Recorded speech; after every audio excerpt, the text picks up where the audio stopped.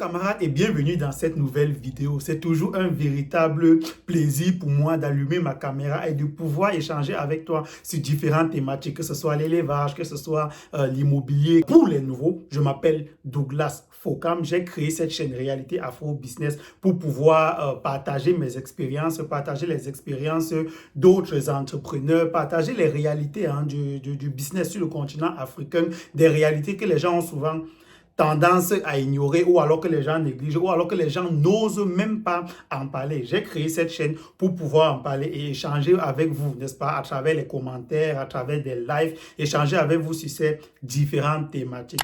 Lorsqu'il s'agit d'entreprendre en Afrique, on a toujours cette fameuse tendance de penser que ce n'est que la diaspora qui a quelque chose à apporter en Afrique. Cette envie d'entreprendre là qui est devenue clairement, n'est-ce pas, une tendance dans nos sociétés africaines aujourd'hui, que cette tendance-là n'est présente que chez la diaspora. On ignore souvent ou alors on néglige souvent les entrepreneurs locaux qui, pour la plupart ou alors pour certains, font des choses vraiment formidables et ont aussi leur pierre à apporter à cet édifice qui est le développement et l'émergence des pays africains. Mais une question qui revient le plus souvent lorsque je participe à des formations, lorsque je participe à des conférences, et les questions qui reviennent le plus souvent à ceux qui ont déjà réussi ou alors qui ont déjà fait des choses concrètes, n'est-ce pas, sur le continent africain. Une question aussi qui m'est le plus souvent posée, c'est à savoir, est-ce que le gouvernement camerounais, pour mon cas, moi qui investis au Cameroun ou alors pour d'autres personnes, est-ce que le gouvernement africain met en place des mécanismes pour pouvoir vous faciliter la tâche? Et ces questions sont tout à fait légitimes parce qu'on connaît tous la difficulté, n'est-ce pas, qu'à la diaspora d'investir en Afrique. Donc, l'analyse que je vais faire avec vous aujourd'hui, c'est de savoir est-ce que les États africains doivent réellement et officiellement mettre des mécanismes sur pied pour pouvoir, pour pouvoir faciliter l'investissement, n'est-ce pas, par la diaspora en Afrique. Et si l'État africain doit faire ça, quels sont les réels problèmes que la diaspora rencontre sur le continent? Mais à supposer que les États africains avaient déjà mis tous ces mécanismes sur pied et que les investisseurs locaux commencent à se plaindre, commencent à être jaloux, entre guillemets, du fait qu'on n'a pas pensé à eux, on ne les facilite pas aussi la tâche. Est-ce que leur plainte ne serait pas aussi quelque part légitime?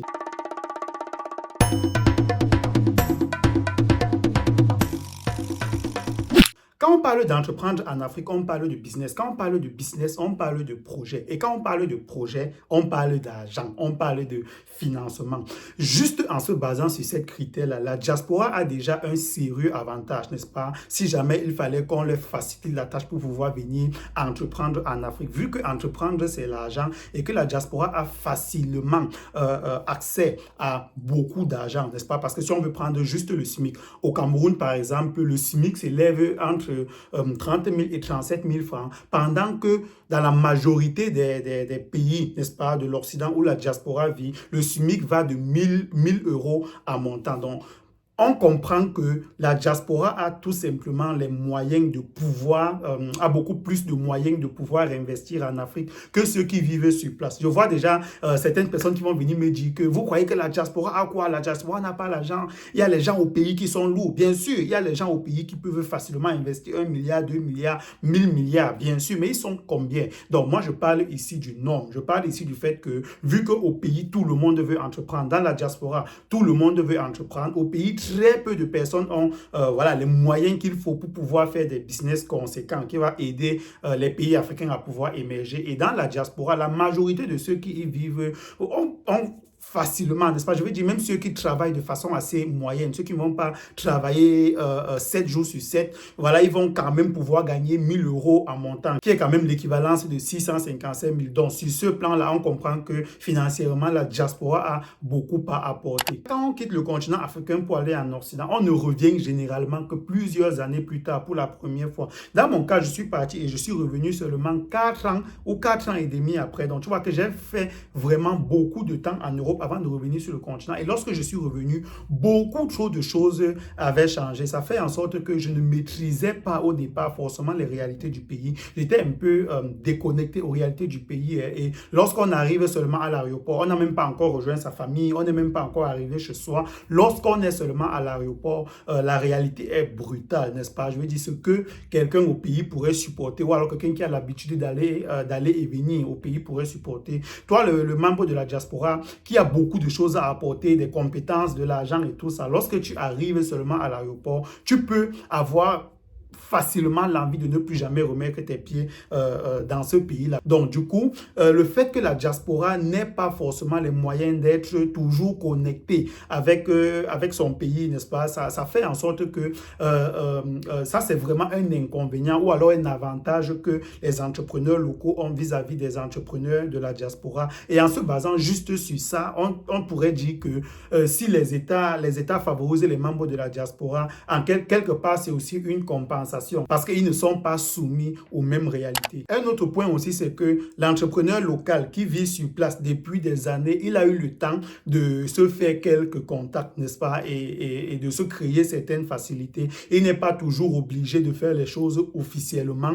Il peut faire les choses avec une certaine facilité. Mais quelqu'un qui a créer son business en Afrique et qui est revenu en Europe pour peut-être chercher beaucoup plus d'argent ou alors continuer à travailler, n'est-ce pas? Lorsqu'il veut, par exemple, faire des choses en Afrique, que ce soit peut-être faire descendre des machines, faire descendre des voitures pour son business ou alors peu importe, il est obligé dans la plupart du temps de passer par des sources officielles, n'est-ce pas? Ou alors officieuses. Et lorsqu'on veut passer par ces sources-là, ça implique souvent beaucoup plus de tracasseries, beaucoup plus d'argent. On va prendre un exemple et je précise, c'est juste un exemple. Ce n'est absolument pas vérifié. Donc, prenons l'exemple de quelqu'un qui veut investir, par exemple, dans les camions de sable, n'est-ce pas, en Afrique, et quelqu'un qui veut investir dans les camions de sable en Europe. Celui qui est en Afrique a, d'une manière ou d'une autre, pu se créer un réseau, n'est-ce pas? Ça fait en sorte que s'il envoie l'argent en Europe pour acheter ses camions, il peut aller dédouaner ses camions peut-être au Tchad et faire revenir son camion au Cameroun. Il a comme ça pu contourner la douane et payer un peu moins cher. Mais celui qui est dans la diaspora a difficilement accès à cette information-là. Il ne peut même pas y penser, n'est-ce pas? Et lorsque lui va acheter ses camions en Europe, il va mettre dans les conteneurs et il va ramener ça au port de Douala. Et une fois au port de Douala, il va voir le feu. Donc, tu comprends que si on les met vraiment au même pied d'égalité, celui de la diaspora et celui qui est en Afrique ou bien qui est au Cameroun, et que les deux ont les mêmes moyens financiers, n'est-ce pas? Celui qui est au Cameroun va facilement pouvoir s'en sortir dans cet exemple-là. Mais je précise, c'est vraiment un exemple, ce n'est absolument pas vérifié. L'autre avantage que l'entrepreneur local a et que celui de la diaspora n'a pas forcément, c'est la jalousie. Parce que souvent même, on n'a même pas fait grand-chose quand on vient de la diaspora. On n'a même pas fait quelque chose quand on vient de la diaspora. Sur cette chaîne, j'avais partagé mon expérience où je m'étais fait arrêter par un policier tout simplement parce que j'avais un permis allemand. Vous voyez que ça, c'est une difficulté que les membres de la diaspora ont. Ça fait en sorte, lorsqu'ils arrivent au pays, ils ont d'abord un effort, n'est-ce pas, supplémentaire qui est de se cacher, qui est de cacher leurs papiers, de cacher leur permis, cacher leur passeport. Et ça, ce sont des difficultés que les gens qui sont sur place, n'est-ce pas, n'ont pas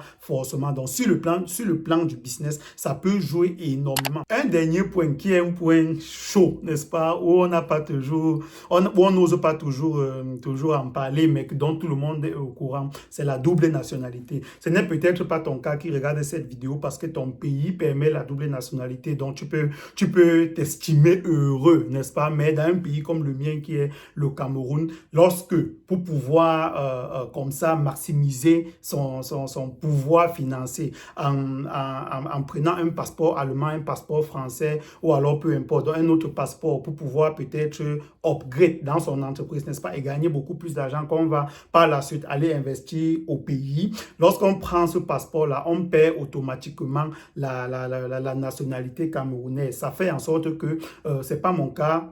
Mais pour quelqu'un qui est marié, qui a 2 enfants, ils sont directement 4. Juste 2 enfants et il est marié, ils sont 4. Ça fait en sorte qu'à chaque fois qu'il va aller au Cameroun, ils doivent encore prendre le visa pour 4 personnes, 150 €. On est rapidement à 600 €. Ça fait beaucoup d'argent et ça peut être une raison pour ne même pas aller investir au pays. Donc si on parle du fait que même ce passeport qu'il a pris là, ce visa qu'il est encore allé payer, n'est-ce pas, en quelque sorte, pour arriver sur place et devoir encore cacher ce passeport-là, ça fait beaucoup et ça peut comme ça contribuer à tamiser les entrepreneurs. Mon avis définitif, c'est qu'on ne doit pas délaisser les gens qui sont au pays, mais en même temps aussi, on ne doit pas demander à la diaspora de se battre. Parce que la réalité, c'est ça, les amis. La réalité, c'est tout simplement que si on veut laisser la diaspora se démerder comme elle veut, très peu de personnes vont investir ou alors très peu de personnes vont mal investir parce que les gens vont aller investir et revenir en Europe et ne plus avoir la possibilité de rentrer et le business qu'ils sont allés lancer en Afrique